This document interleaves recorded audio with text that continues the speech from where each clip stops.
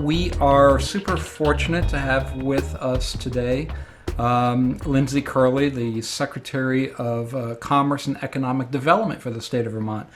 And you've probably seen her name over the past year a lot, along with names of some other people in state government and the administration over the past year. Aside from the obvious folks who are involved from a medical perspective with the pandemic and the state's response.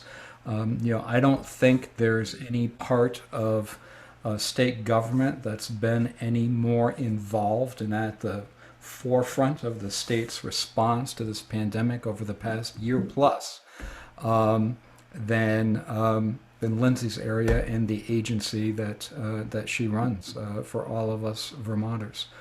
So it is a great privilege and honor to have you with us today, Secretary Kurrle. We very much appreciate it. Thank you so much for inviting me along today. It's my pleasure to be with all of you, and I hope you all had a nice weekend, got outdoors and enjoyed some of the nice sunshine we had. I had intended to share some slides with you, but I'm having some technical difficulties with my computer camera, so I unfortunately won't be able to show the slides to you, but I could, I'll just try to verbalize everything that I wanted to show you. And so I thought that I would spend a little bit of time talking about our response to COVID-19, the response and recovery. I also could take you a little bit through our proposal for this next round of federal stimulus money, and also just address some of the ongoing challenges that we've had even prior to COVID that maybe were a little bit exacerbated by COVID, but that we continue to focus on from an economic perspective in terms of moving Vermont forward. And then I wanted to make sure that you all had some time to ask questions. So if it's okay with you, I'll dive right in. Does that sound good? Please do. Yeah, all right. So, looking back when we first learned about COVID-19, I still remember the day that Dr. Levine said to us that we had a COVID case in the state. First, it was, there's this thing called coronavirus, and then, within just a couple of days, it was confirmed that there was a case in our state. And I feel like the coordinated and strategic response that Vermont initiated at the beginning of the pandemic is what truly sets us apart from the rest of the nation in terms of our businesses and our communities and our citizens. I really think that we have done well to set people up for long-term success. In the first 30 days of the pandemic, we collected impact data from over 2,000 businesses. They reported collective revenue losses of over $320 million. And their reduction in workforce that was reported was at 55%. It was clear that businesses were going to continue to experience these staggering revenue reductions, particularly in the accommodations and food service sectors. And it was going to be so, we didn't know then that we would have the coronavirus relief dollars. But ultimately, looking back at that moment, had we known, that would have been a big help, because it was pretty stressful in those days trying to figure out how we were going to keep people from throwing their keys on the counter and saying, I'm out. We created task teams, and it was comprised of cabinet level members, community partners, industry partners, and we really talked about what folks' needs were going to be in terms of not just the businesses, but communities. And we coordinated first we had to help businesses suspend their in-person operations, which was so foreign. I had been appointed to the position just not even 6 months prior to the pandemic onset. And, when I was put into this position, the governor was really excited, saying, I think that you're going to be great for this. You're a former business owner and you'll work really well with businesses and promoting our state. And he said, it's all the things you love. And then the pandemic hit, and I was faced with suspending business operations and asking people kindly not to come to our state. So it was completely, turned on its head. But I have the privilege of working with an amazing team at the Agency of Commerce, as well as all of the agencies around state government who rolled up their sleeves and said, we're in, what can we do to help? So we first went through helping people suspend those business operations, and then slowly worked with them to develop plans for them to slowly reopen. And as you've heard the governor talk about, and I am sure all of you will be happy to never hear the word spigot again, but we didn't want to whip this, crank the spigot wide open. We wanted to slowly open it so that we could also test to see if those openings were causing greater spread with the virus. So it took a lot of people, a lot of different experts from the industry to help craft these reopening plans. And we ultimately ended up with so many. And I think when we finally announced our latest revision to our reopening plan last week, we had about 34 pages of detailed guidance that didn't even include the education and health sectors. So it got a little bit crazy and arguably, challenging to navigate the guidance, and we have simplified that, and I can talk a little bit about that later. The governor really has prioritized collaboration throughout this entire recovery period. We did work with the legislature to create a framework to get this coronavirus relief money into the hands of businesses.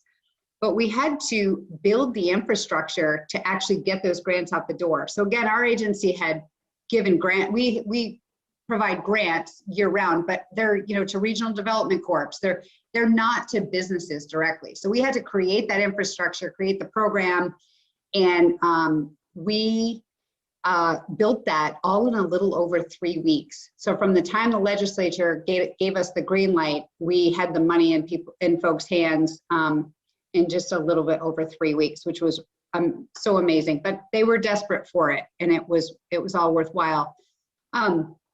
More than 31% of the coronavirus relief dollars allocated to the state of Vermont were used to deliver direct revenue loss replacement to businesses, totaling $331 million to date that we have put into the hands of Vermont businesses. So from June, when the economic recovery grants were first deployed, to December of 2020, over 4,800 businesses have received economic recovery grants on average that replaced 47% of their lost revenue. The Economic Recovery Grants Program also provided financial assistance to nonprofits and businesses that demonstrated a need for financial assistance. And we did go through an exercise to verify that lost revenue. And so while these grants weren't intended to replace 100% of the lost revenue, we were able to provide the emergency liquidity to assist them with short-term stabilization and to prevent business closure. We created and coordinated some technical assistance programs. We helped Vermont smaller businesses, sole proprietors. We targeted outreach for BIPOC-owned and women-owned businesses, and really wanted to make sure that we were helping those that had been disproportionately impacted by the pandemic.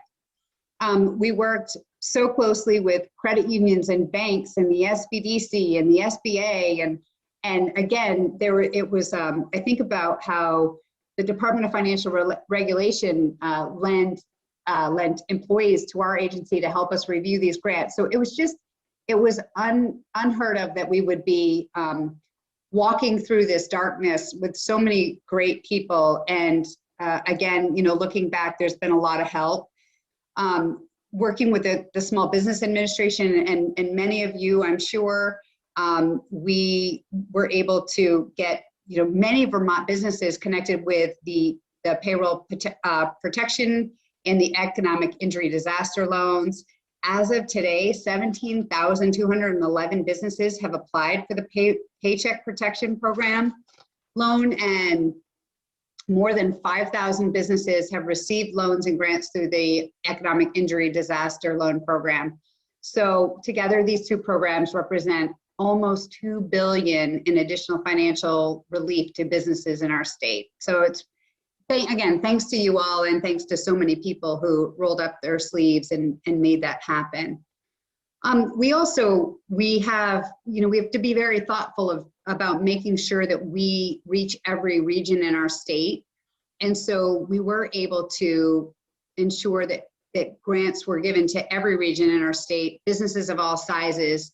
And we used this existing network that I just talked to of different community groups and lenders and industry partners to disseminate information and provide this technical assistance and the grant resources to make sure that that money got out the door.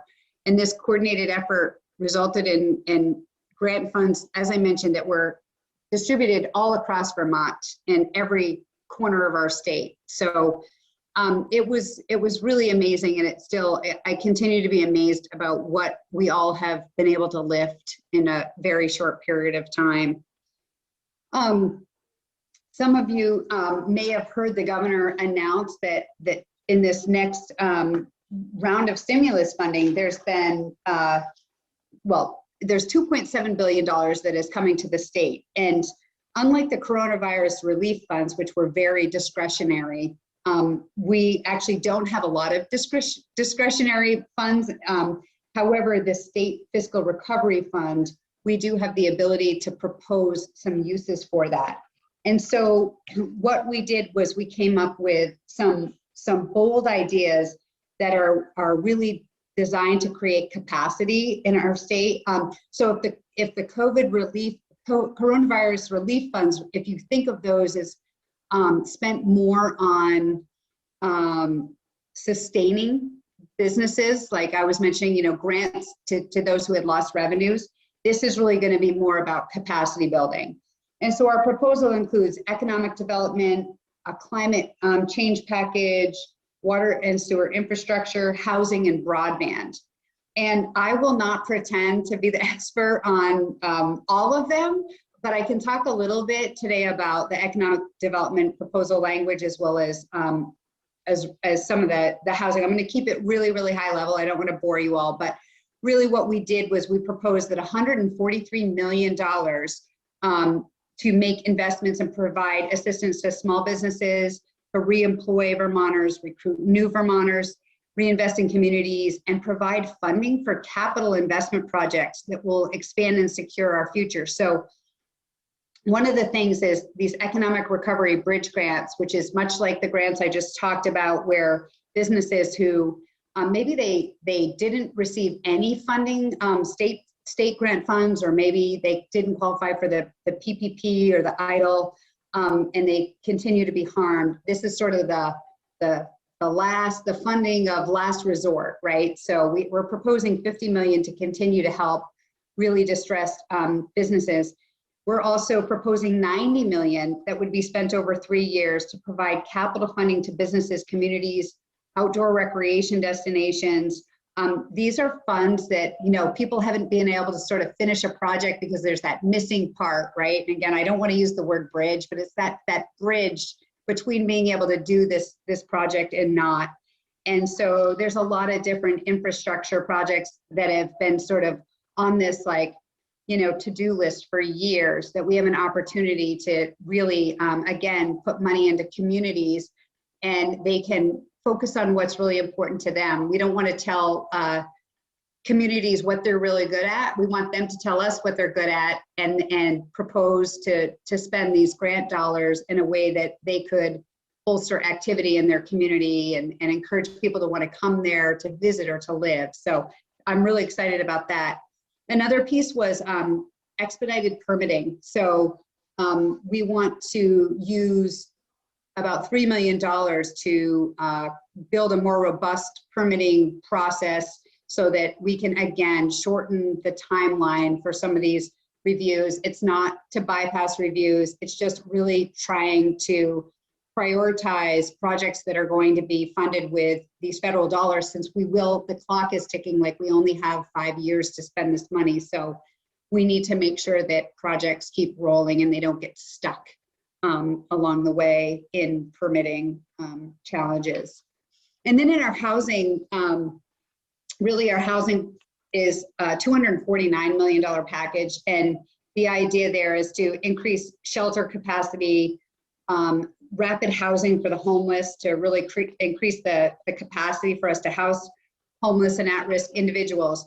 as well as providing dollars to actually target what we call the missing middle. So it's the families who are working families who want an affordable home, but the housing stock in Vermont, is, a lot of it is available is run down and not, not something that would entice them to come here and want to live and plunk down in a community. So there's a variety of different grant programs that are designed to be incentives for people to take that rundown housing stock and fix it up for people to live, as well as some new construction. So there's a lot of really unique and creative ways that we want to build this capacity. And so, we have this once in a lifetime opportunity to sort of find the silver lining in this crisis and put some really important dollars and investments into our communities and take care of some stuff that has sort of been left behind for too long. I can talk a little bit. I'm just going to talk briefly about demographics to you all. You probably all have heard, before the pandemic, there was a lot of conversation about what the state really struggled with, right? And you hear a conversation about we have a lack of workforce. Really, we have this aging population and it's hard to find people to work. We have a very educated population, but yet we don't have enough people for some of, for the wide range of jobs that we have. So, we have worked really hard to try to change the trajectory and get people into our state. And we've created some tools, and some tools people like, some are a little bit uncomfortable with, but we've created these incentives for people to move here. As you may have heard about the remote worker program. It was the first in the nation, and it has positioned Vermont as a target for those who want a safe and attractive community to live in while still being able to work for a national level company. And we built on that success, that remote worker success, in 2019 with a new worker incentive program, which was evolved to invite people to move to Vermont, but also to work at a company that is located in Vermont. So we've made a combined investment of just over $1 million in these programs. And we've been able to bring more than 600 new Vermonters to our state, which represents about $27 million in income and over $3 million in tax revenue. We made headlines all over the country, and we continue to, as recently as 2 weeks ago, when Forbes magazine named Vermont one of the top places to live and work remotely. So we're still trying to understand the true impacts of the incentive programs, but there is some consensus between the administration and the legislature that the value of this program is significant to our state. And there's a proposal right now before the legislature to make that a permanently funded program. We also have a program called Stay to Stay, which has helped communities coordinate a 3-day networking weekend where it's specifically designed for visitors who are interested in living and working in Vermont. And during the pandemic, the program was put on pause, but communities across the state that had been involved in this program previously were reporting an increasingly high volume of inquiries from people from out of state who were interested in relocating to Vermont. So we pivoted our strategy and relaunched the program as a virtual recruitment program. So we're going to continue to try to be a little bit cutting edge and a little bit different about giving people that nudge they need to come here to Vermont. I don't have all of the information, but I can share that we have seen, and you all probably have seen, that the home sales in Vermont are up pretty significantly. We're seeing a lot of people moving to Vermont, and that's good and bad, right? It's great because we have people moving here. It's a little challenging because it's creating some pain points in the housing market, especially for Vermonters that want to, get into their first home or move up a little bit in what they have for a house. But, again, our housing package hopefully will address much of that. That housing package, by the way, is intended to bring 5,000 units online over the next 4 years. So good things coming. So, there's a lot going on. I've talked about a lot of things, and I think that what would be most beneficial is to just sort of open it up to question and answers and see what you're all interested in hearing about. And I'll try to answer what I can. As I mentioned, there's a few topics that might be a little out of my wheelhouse, but I'll do the best I can to try to navigate it or get responses back to you. Sure, that's great. Now's your chance, everybody. Questions, comments, thoughts, reactions. I also should just mention too that I'm very involved in the guidelines for operations. So if folks have questions about operating guidelines, I'm happy to address that as well.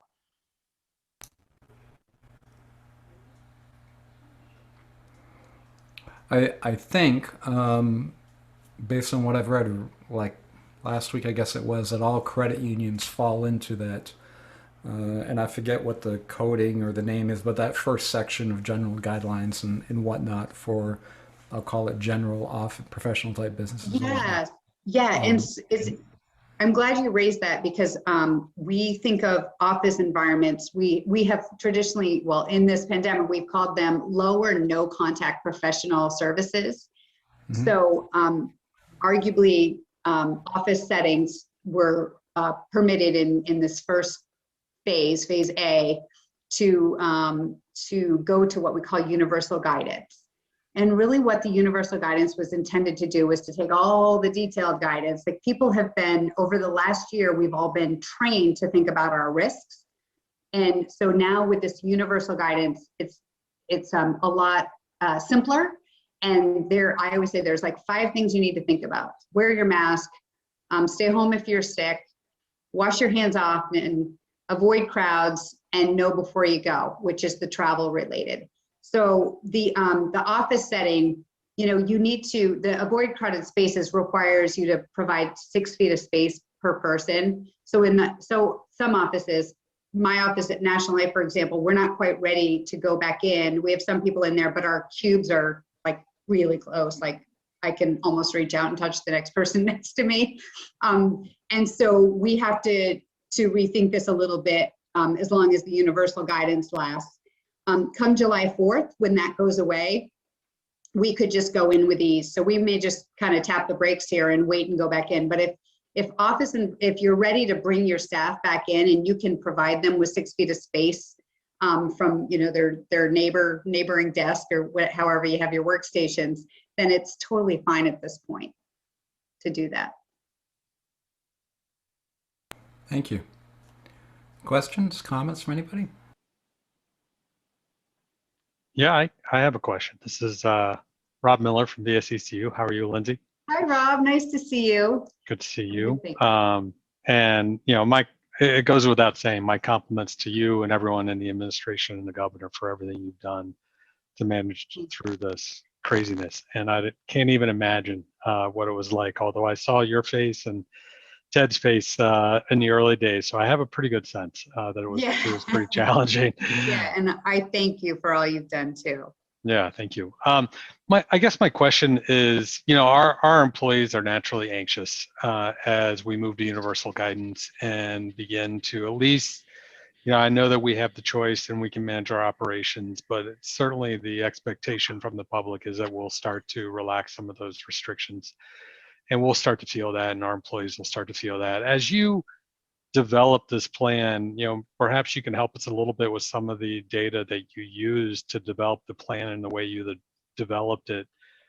Whether it's where you're seeing the case data or otherwise that gave you comfort to sort of, begin to relax some of these restrictions earlier in the process, even as we see. I think the challenge is that we're seeing the volume of cases go up, but yet we're seeing the restrictions come down, and that's causing quite a bit of anxiety among particularly our branch, our member-facing staff. So I'm just curious if you have a response to that you can help us out with in terms of talking points back to our employees. Yeah, absolutely. We work with, and Rob, you may know this, but for the others that don't, the way we have what we call a restart team, and it's the Agency of Commerce, the Department of Health, the Department of Safety. And the idea is that my perspective from the Agency of Commerce is businesses generally are saying to me, we want to be more open, which, again, it's surprising. There are some that are also like, whoa, now you're going too fast. So I'm often trying to say, we need to get them more open. We need to get them more open. And the goal of the health team and the safety team is to make sure that I don't put somebody at, unnecessary risk as I'm pushing on that. So it's been a really nice push-pull. And so we looked at, we have learned over the last year areas where COVID tends to spread quickly.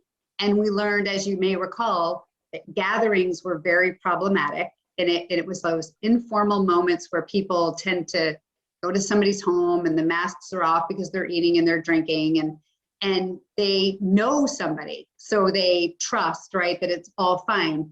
Whereas in the professional environment or in a restaurant, even, like, people thought, well, everywhere else in the country, restaurants were like problem. Well, in Vermont, we didn't see transmission happening from the diner to the restaurant worker, for example. Even though the person dining had their mask off, right? Because the restaurant server was masked up, generally stays back a little bit. So what we found was that when the environment is actively managed, we don't see spread.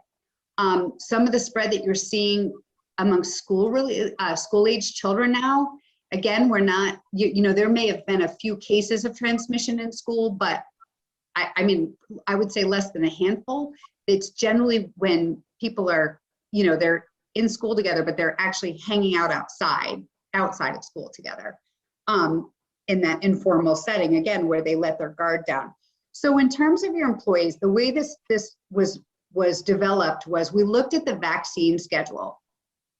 And we also looked at the age or not the age, but the risk associated with the different age groups. And we learned early on that, our 75 plus were far more likely to be hospitalized or worse, to die, right? It was like, we knew that age group was someone we needed to protect, and we needed to protect them quickly. So based on our vaccine schedule, when we expect people to have been offered the vaccine, taken those vaccines, but also had the 2-week period for the to become fully vaccinated. That's how we came to the July 4th date, right? That by July 4th, everyone 16 and up will have been offered, had the opportunity to get it and be fully vaccinated. So that doesn't mean we don't care about kids that are under that age, but our point is once folks are, once we have so many vaccinated at that point, the community spread it should shrink as a result of so many people. And those that are still potentially going to get COVID, we still will have COVID cases, will be at far less risk. And I'm not saying that there aren't situations where somebody, has it worse, they're young and they still, spend several days in bed, but we're not seeing hospitalizations or deaths. So when we did the phased opening, what we found is outdoors, again, like it's sort of a no-brainer. Like when people are outdoors, they tend to not be on top of each other. So in the first phase, that's why you see mostly outdoor facilities went in that grouping. The indoor ones that ended up being religious and places of worship, the professional services like the office environment, and I'm missing one, retail. And retail was another one. People are like, oh gosh, I go to Home Depot and there's like 1 million people in there, and yet I can't open my hair salon to more than 25%, right? Well, the disconnect there is that in retail, you tend to, you're moving, right? You're continuously moving, whereas in a fitness or a salon service, you're apt to be actually touching for a long period of time, right? So it's hard to get that spacing.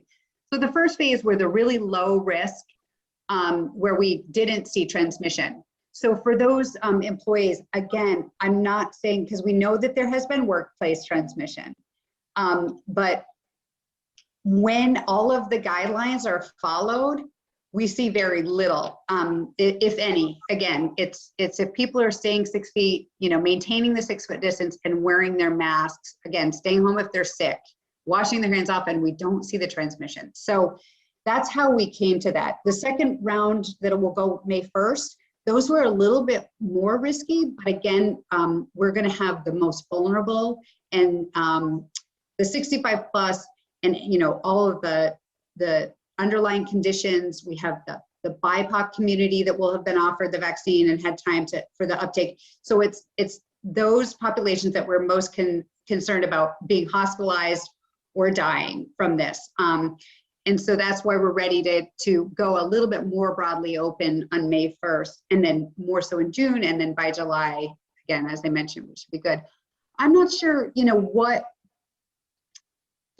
happy to try to pull together, like when you said about like some talking points, there may be like 3 bullets again that I could pull together to really point to the vaccine schedule, I don't know, it might be helpful. It's food for thought, but I know you weren't trying to assign me anything, but I wasn't trying to assign you anything, so that's very helpful. Thank you. I think what I'm hearing from you is that you haven't really seen any change in the virus transmission that would indicate that places like retail, which is probably most analogous to the branches, have seen an uptick in contagion as a result of the recent actions. We're seeing, we had some college, I'm sure you heard in the news, like UVM, we had some challenges with the younger population, and even like high school age kids. And I don't know if, a little bit was, we opened up the sports, which was, we knew that we were having to tolerate a little bit of an uncomfortable risk, but we had some mental health issues that we were very concerned about. So again, we were balancing that. So we did have, a bit of a spike, but again, the majority of those cases at this, our average age is really coming down. And so we know there will continue to be some, and we don't know if, I think I want to give the benefit of the doubt to so many of these students, right? They've been locked up. My own child goes to UVM, and they were very, very locked down, and those kids were lonely.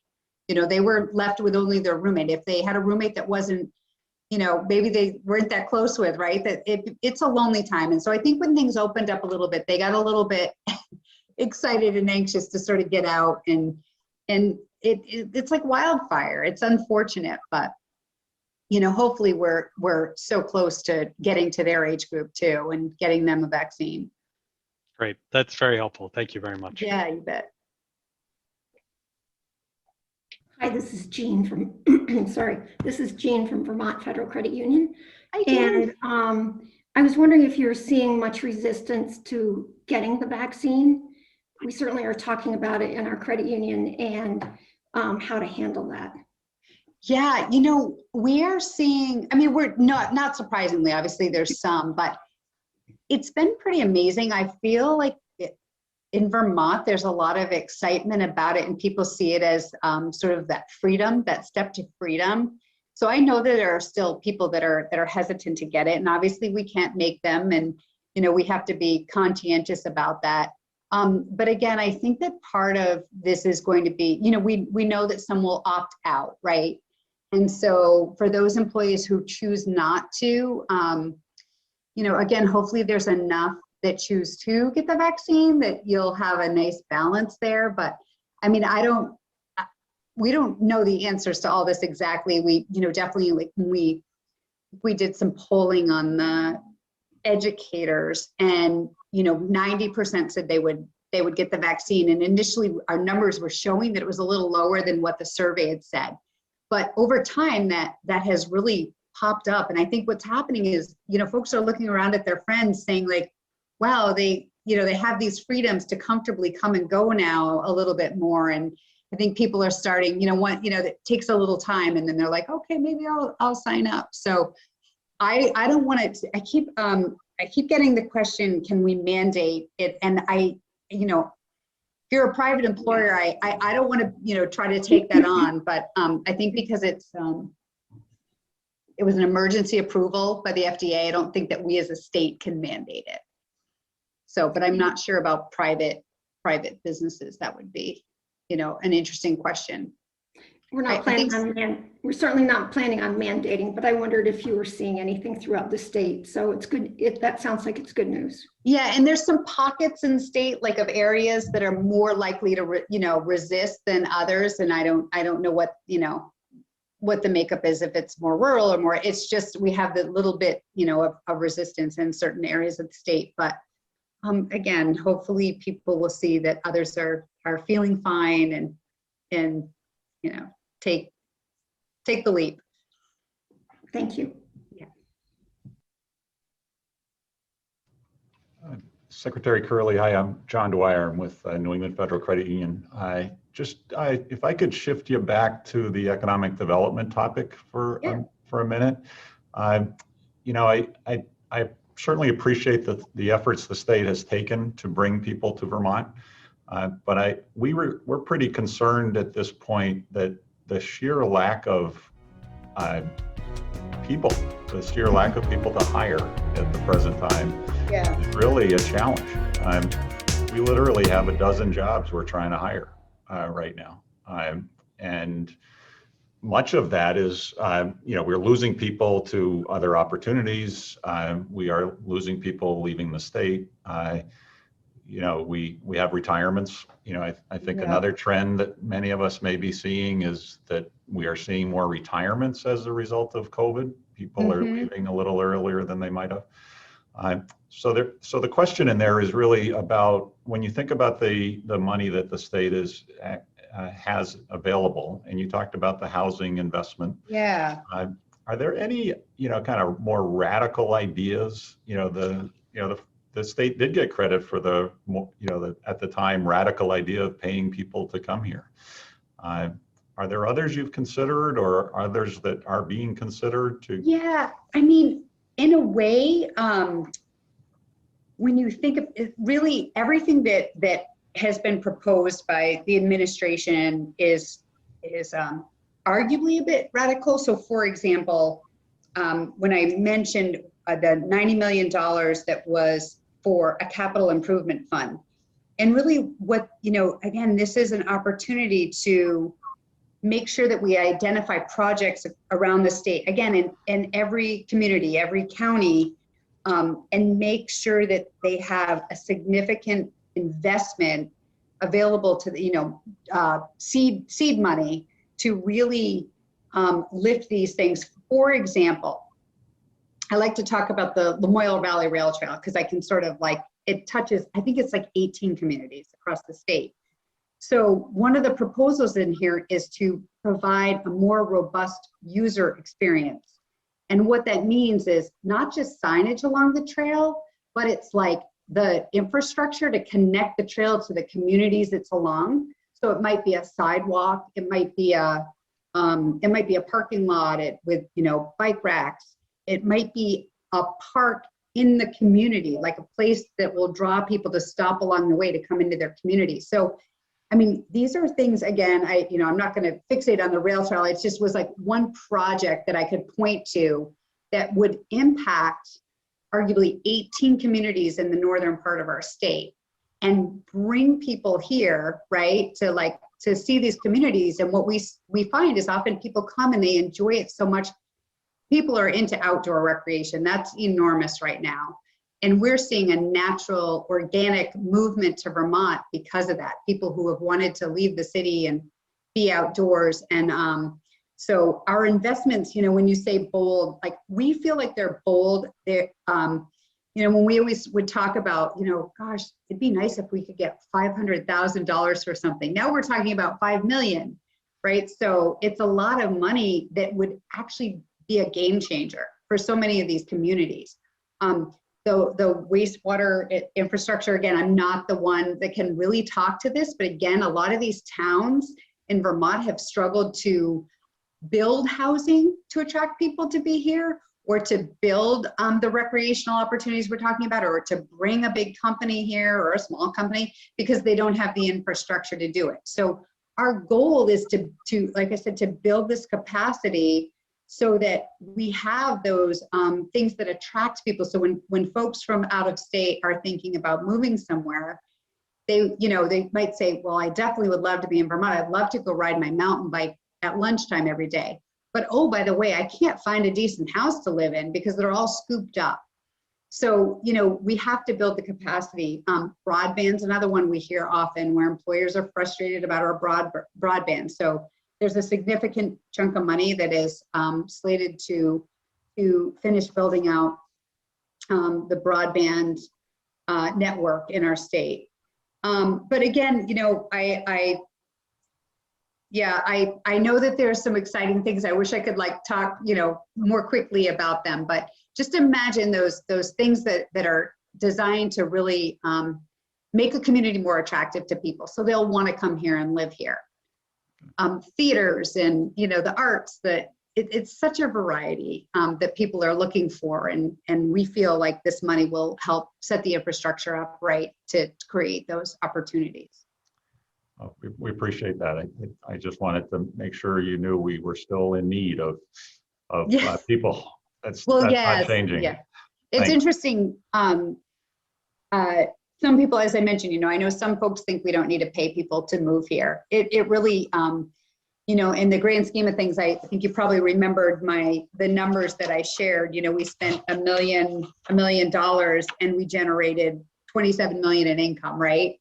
So when people are really frustrated about these like gimmick ideas, but it got national attention, and it was the nudge that some people needed. So it's a little quirky, but it is something that we'll keep moving with.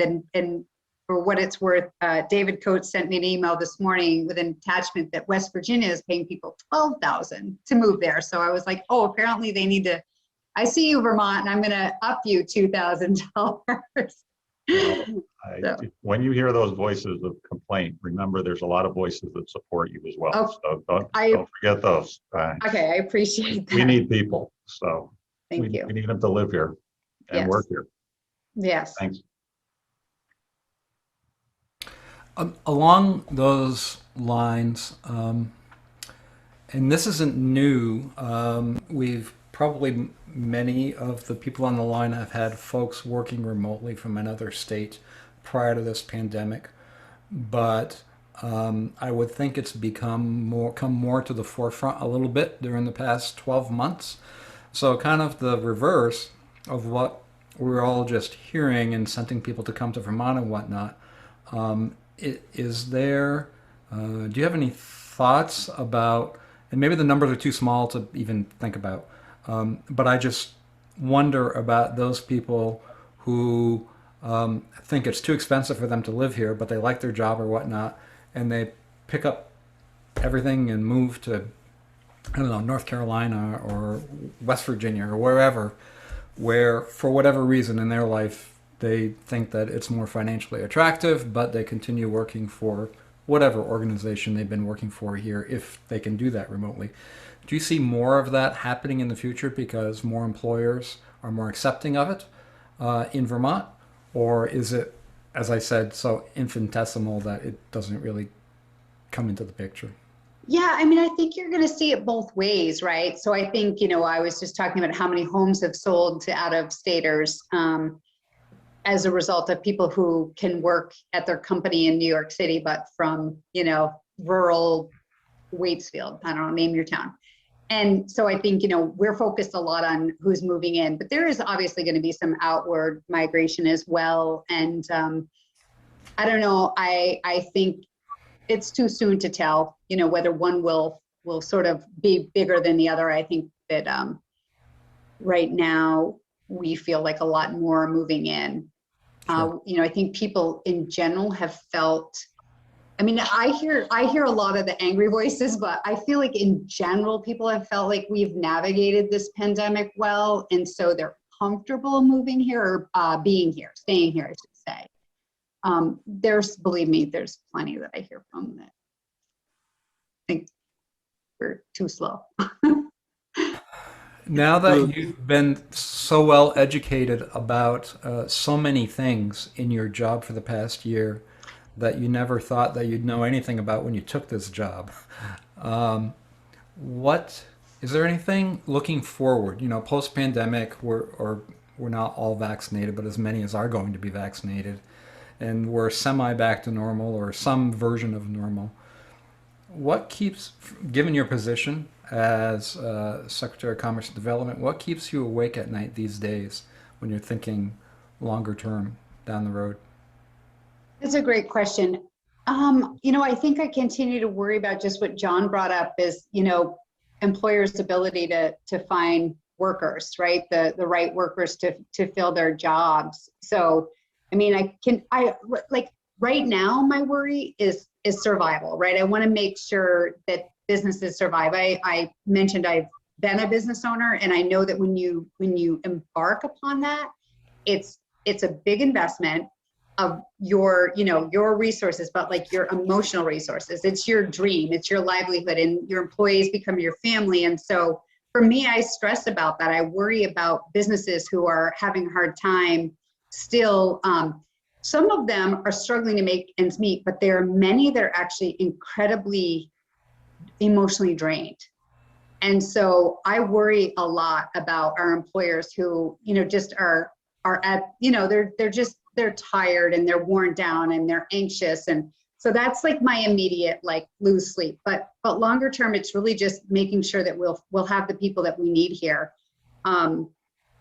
I love Vermont. I grew up here, and, you know, I talk to people all the time who have left here because they think the grass is greener and elsewhere, and then they want to come back and they wish they never left. I mean, we do have something really special here, but I think we're going to have to work incredibly hard to continue to make Vermont a place that is affordable, so that the people who are here stay, and so that folks want to come in here and live here. And you know, it's not going to be enough to say, well, it's so special, I don't care, you know, about the cost of living, right? Because there are some people that are here that just say it's worth it to me, I really love what I get here. But we have to be affordable. We have to remain, you know, affordable as we are, as exciting in terms of being here because of all the, you know, different outdoor opportunities or whatever it is that's attracting you here. So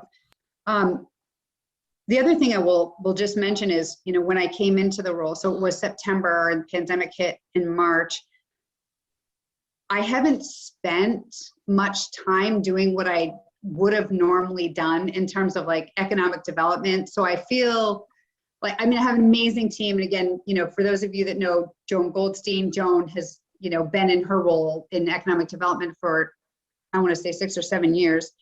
And so, and she is so knowledgeable in that area, but I have a lot to learn still with respect to, you know, the housing, community development. You know, I oversee the marketing and the tourism.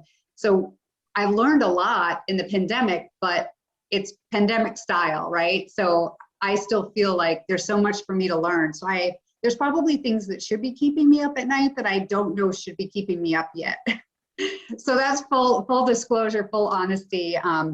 But I'm really excited to get back to normal and actually get out and see people and visit businesses more. That's one thing that I was trying to do often in the early days that really, you know, came to a screeching halt. But I'm, as you might not tell, I'm social and I like to visit with people, and that's part of my job that I'm really, really looking forward to getting back to, and helping to make sure that they know that we continue to be that. You know, I feel like we've been there for people during the pandemic, but we will continue to be there for them and help them fill those workforce development, you know, challenges, and just navigate these challenges together. But one thing I want to just say was really cool. I like to look for silver linings, but when I came into my role, so I had been a small business owner, so I never had worked with the agency of commerce in my small little business. But the pandemic has put my agency and the team in contact directly with a variety of businesses that they wouldn't necessarily have worked with in the past, not because they didn't want to or didn't need to, but just because of capacity. We're a really small team. And so it just, you know, we leaned a lot on like regional development corps and a lot of our partners. But in this environment, we've had a lot of webinars and different opportunities to actually visit one-on-one with like small business owners. And I just think it's been a really unique way for us to let each other know we're there for each other. And I hope after this pandemic's over that doesn't go away. That's something that I want to keep, you know, rolling forward with. And it's not to say we won't use our partners that have helped us in the past, but we just may lean on each other differently. Awesome. Thank you for that.